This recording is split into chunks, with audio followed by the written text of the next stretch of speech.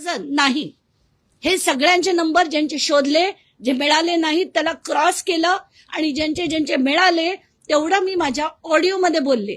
लगेच आपले उठून यायचं की याच्यात तर भाजपचं एकही नाहीये, याच्यात तर अमुक पक्षाचं एकही नाही. जो उठतो तो पक्ष वाटेल ते बोलतो.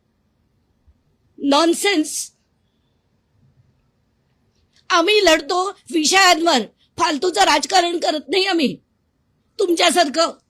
मग काल बोलताना मी सिलेक्टिव्ह, तर मग मिलिंद नार्वेकरांचा नंबर आला, 8 कॉल आले. मागितले तुम्ही, मागणी केलीत त्यांच्या चौकशीची.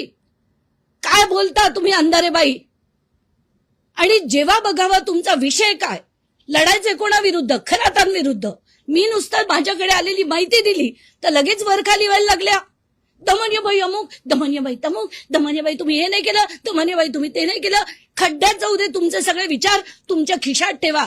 आणि आता मला काही महत्वाची माहिती द्यायची आहे ती देऊ द्या, कारण ते खऱ्याच प्रकरणात सगळ्यात महत्वाची माहिती आहे.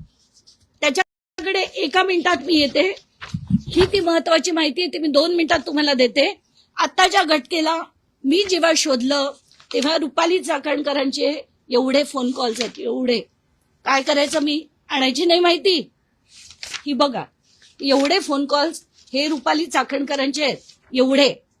सुनील तटकरेंचे सगळे डिटेल, त्याच्यात समरीच अशी येते. अंधारेबाई ऐका, याच्यात ही समरी येते ना, ती टोटल कॉल एवढे, इन्कमिंग एवढे, घेतलेले लॉंगेस्ट कॉल किती, ही सगळी माहिती, डेट रेंज कधीपासून कधीपर्यंत आहे. कारण माझ्याकडे जे डिटेल्स आले होते ते 1 एप्रिल 2025 ते 17 मार्च 2026 होते.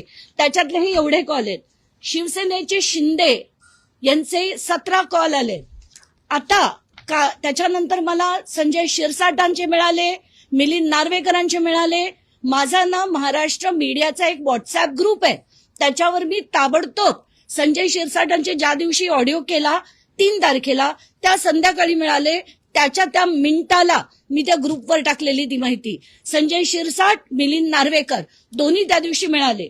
त्यानंतर काल मी एअरपोर्टला बसले होते परत मुंबईकडे येताना, तेव्हा मी सहज म्हणून प्रभाकर काळे जे एकनाथ शिंदेचे पीए आहेत, त्यांचे काही 6 नंबर्स आहेत, त्याच्यापैकी 2 नंबरवरनं, म्हणजे एका नंबरवरनं 11 कॉल आणि दुसऱ्या नंबरवरनं 1 कॉल, म्हणजे शिंदेच्या 17 व्यतिरिक्त आणि त्या दीपक लोंढे जो केसरकरांचा माणूस आहे त्याचे 189 कॉल व्यतिरिक्त प्रभाकर काळेंच्या फोनवरनं सुद्धा 12 कॉल खरातांना आले आणि गेलेत.